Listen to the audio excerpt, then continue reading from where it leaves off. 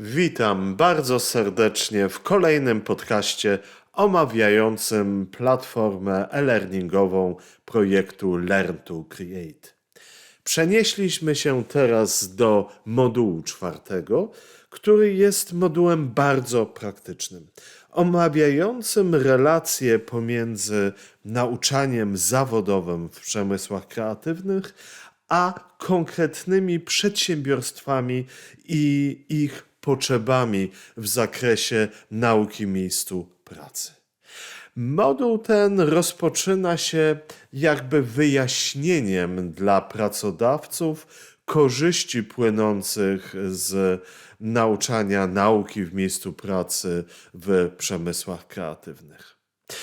Szanowni Państwo, bo to jest troszkę tak, wszystkim się wydaje, że faktycznie jest to potrzebne, ale kiedy zapytamy o konkrety, to nikt do końca nie jest w stanie zdefiniować, jakie konkretne korzyści może mieć moja firma graficzna, muzyczna, reklamowa z przyjęcia praktykantów, studentów lub innej formy nauki w miejscu pracy.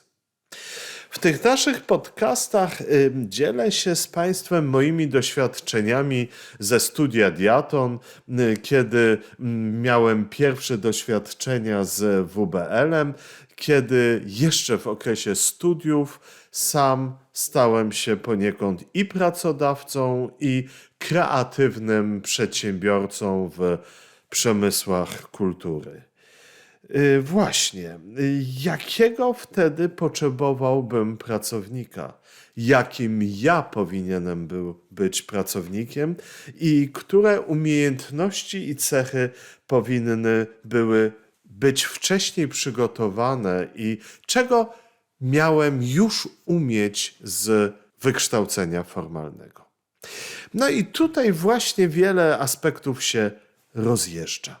Ucząc się w systemie formalnym, tak jak ja studiując na Akademii Muzycznej, uczyliśmy się bardzo wielu rzeczy potrzebnych do praktykowania bycia muzykiem, ale dość niewielu rzeczy potrzebnych mi do bycia przedsiębiorcą w prowadzeniu własnego studia nagrań. Przejdźmy do konkretów.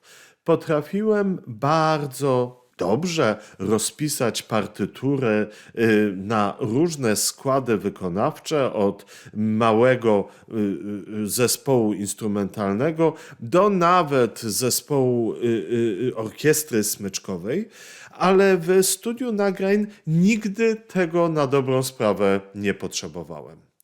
Potrzebowałem za to zupełnie innych umiejętności, których nie nabyłem na studiach. Przede wszystkim umiejętności obsługi instrumentów elektronicznych. Bo niestety w komponowaniu 30-sekundowych dżingli nie byłem w stanie użyć orkiestry symfonicznej, bo nawet kwartetu smyczkowego. Używałem do mojej pracy przede wszystkim instrumentów elektronicznych, więc musiałem znać dobrze ich obsługę.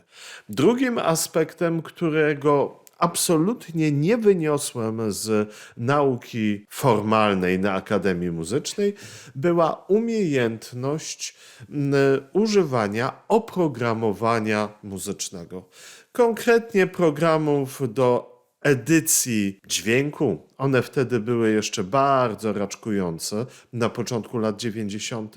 Przede wszystkim przy komponowaniu używałem oprogramowania sekwenserowego.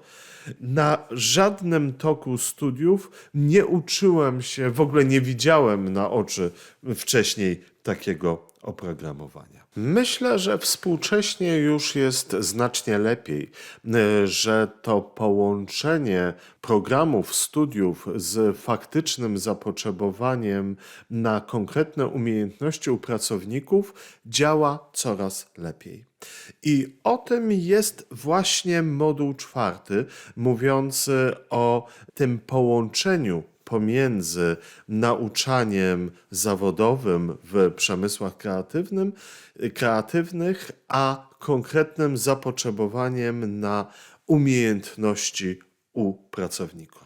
Ale nie tylko o tym. W module 4 również możemy znaleźć konkretne informacje, jakie obowiązki ma pracodawca i o czym powinien pamiętać, przyjmując stażystów, praktykantów do siebie, do swojej firmy. Możemy się dowiedzieć, jakie są to obostrzenia prawne, formalne, ale też jakie są konkretne potrzeby praktyczne. W jaki sposób praktykanta, stażystę należy do firmy wprowadzić, w jaki sposób integrować go z innymi pracownikami i też w jaki sposób wyposażyć go później po praktyce w na przykład referencje, ocenę praktyki, czyli konkretne dokumenty, które będą mu później potrzebne w dalszym jego życiu zawodowym. W naszych podcastach przenosimy się również do wieków średnich, dokładnie do średniowiecznych Włoch i później Włoch renesansowych i troszkę omawiamy system uczenia się w miejscu pracy, w pracowniach artystycznych, w pracowniach malarskich, w pracowniach rzeźbiarskich tamtego okresu. Czy tam następowało to połączenie między systemem kształcenia a systemem uczenia się w miejscu pracy? Tak, bardzo, ponieważ nie było innego zewnętrznego systemu uczenia się zawodowego. Całe wykształcenie artystyczne, praktyczne odbywało się w jednym miejscu, w pracowni malarskiej. Czyli nie było sytuacji, że młody adept sztuki uczył się w jakiejś szkole przyklasztornej, w szkole ogólnokształcącej, a potem dopiero przychodził na praktykę do mistrza, tylko całość jego systemu uczenia opierała się na nauce w miejscu pracy, na nauce w danej bądź innej pracowni mistrza. No tak, ale jak to się przekładało później na jego pracę zawodową? Młody adept uczył się bardzo potrzebnych na rynku pracy kompetencji. Czyli jeżeli dany mistrz specjalizował się w na przykład malowaniu obrazów do kaplic, do kościołów, to młody adept uczył się tego typu malowania. Uczył się od podstaw, od przygotowania podobrazia, od przygotowania gruntowania, od mieszania farb i doboru najlepszych farb, na przykład do malowania na płótnie. Jeżeli dana pracownia specjalizowała się bądź miała zlecenia na freski, to ten młody człowiek uczył się kładzenia fresków. Podobnie było z rzeźbiarzami. Od razu uczono się konkretnej techniki, czyli rzeźbienia w kamieniu, bardzo trudnej fizycznie czasami pracy, rzeźbienia w gipsie. Od razu przygotowywano młodego adepta do rynku pracy, do tego, w jaki sposób później będzie mógł też zarobkować jako już niezależny artysta, niezależny mistrz. Bardzo ciekawym aspektem właśnie pracy w renesansowych Włoszech był fakt, iż znacznie większe wynagrodzenie i znacznie większe zapotrzebowanie na zlecenia artystyczne było poza głównymi ośrodkami rozwoju sztuki.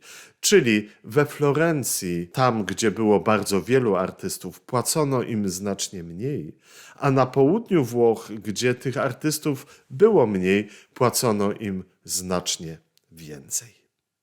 Ale wracamy do współczesności i wracamy do modułu 4 platformy e-learningowej Learn to Create i chciałem Państwu jeszcze bardzo mocno zarekomendować jeden jej fragment, mianowicie rozdział 5 modułu 4, ponieważ tam jest prezentacja pokazująca nam kompetencje i umiejętności, teraz najbardziej pożądane przez pracodawców, oraz tendencje wzrostowe w kompetencjach i umiejętnościach, jakie będą najbardziej pożądane za kilka lat.